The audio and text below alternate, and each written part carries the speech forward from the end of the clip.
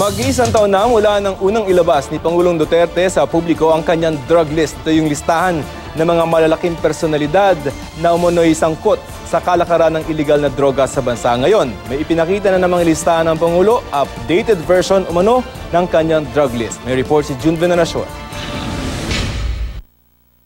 Ito ang updated drug list ni Pangulong Rodrigo Duterte. Ipinilisenta niya ito sa harap ng mga kinatawan ng kumpanya ng mga minahan na nakapulong niya sa Malacanang. Sa isa sa mga larawang inilabas ng Malacanang, makikita na huling na-update nitong July 25 ang listahan ng mga di umano'y sangkot sa illegal na droga. Kita rin na validated ito ng Philippine Drug Enforcement Agency o PDEA. Mag-iisang taon na nang unang ilabas ng Pangulo ang kanyang drug list. Pinangalanan niya noon ang ilan sa mga umano'y narco-politician at mga police general na sangkot daw sa illegal na droga. Bago ilabas ng Pangulo ang kanyang drug list noon, nauna niya nang pinangalanan ang Cebuanong negosyanteng si Peter Lim bilang isa sa mga umunoy drug lord sa bansa. Mariin na nung itinanggi ni Lim ang mga akusasyon ng Pangulo. Ngayong mainit na naman ang pangalan ng mga pinangalanang sangkot sa droga ng Pangulo. Nangangamba raw si Lim para sa kanyang buhay. I'm scared about my life because of the false accusation. Pero ayon sa PNP Region 7, handa naman silang bigyan ng police escort si Lim kung magdesisyon siyang humarap sa DOJ sa August 14, kaugnay ng reklamong paglabag sa Comprehensive Dangerous Drugs Act.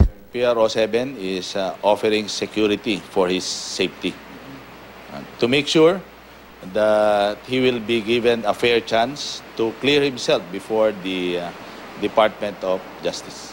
Base sa investigasyon ng pulisya, kabilang di umano si Lim sa mga supplier ng iligal na droga sa Visayas. Kaya mas mabuti raw na manatili siyang buhay kesa mapatay. So it is better for him to divulge everything what he knows.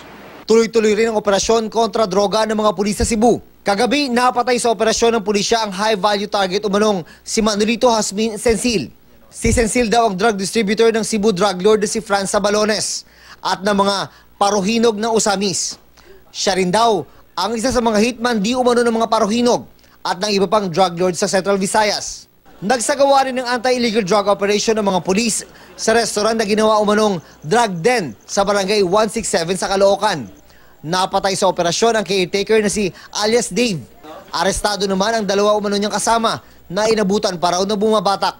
Matapos ang isang oras, napatay naman sa anti-criminality campaign sa barangay 176 Bagong Silang ang umano'y drug pusher at user na si Danny Dacumos. Ayon sa pulisya, pinaputokan di umano sila ni Dacumos, kaya gumanti rin sila ng putok. Nakatok na raw sa Oplan Tokhang si Dacumos noon. Sa parehong barangay, napatay rin ng isang Jonard Orticio. May nagsumbong sa mga pulis na pag-aala-gala si Jonard na may dalang baril. Pinuntahan siya ng mga otoridad pero nakipagbarilan umano siya. Bago nito, 3 hinihinalang drug user pa ang napatay sa operasyon ng pulisya sa barangay 188 Tala, Caloocan. Sa parehong barangay din na aresto sa buy-bust operation ang 3 hininalang pusher. Todo tanggi ang mga naaresto sa Paratang. Sa buy-bust operation naman sa Plaridel, Bulacan, napatay ang 2 hininalang drug suspect.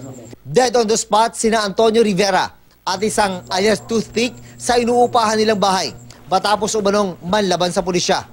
Nakuha sa mga suspect ang mga sachet ng hininalang shabu at 2 baril. June Veneracion, GMA News.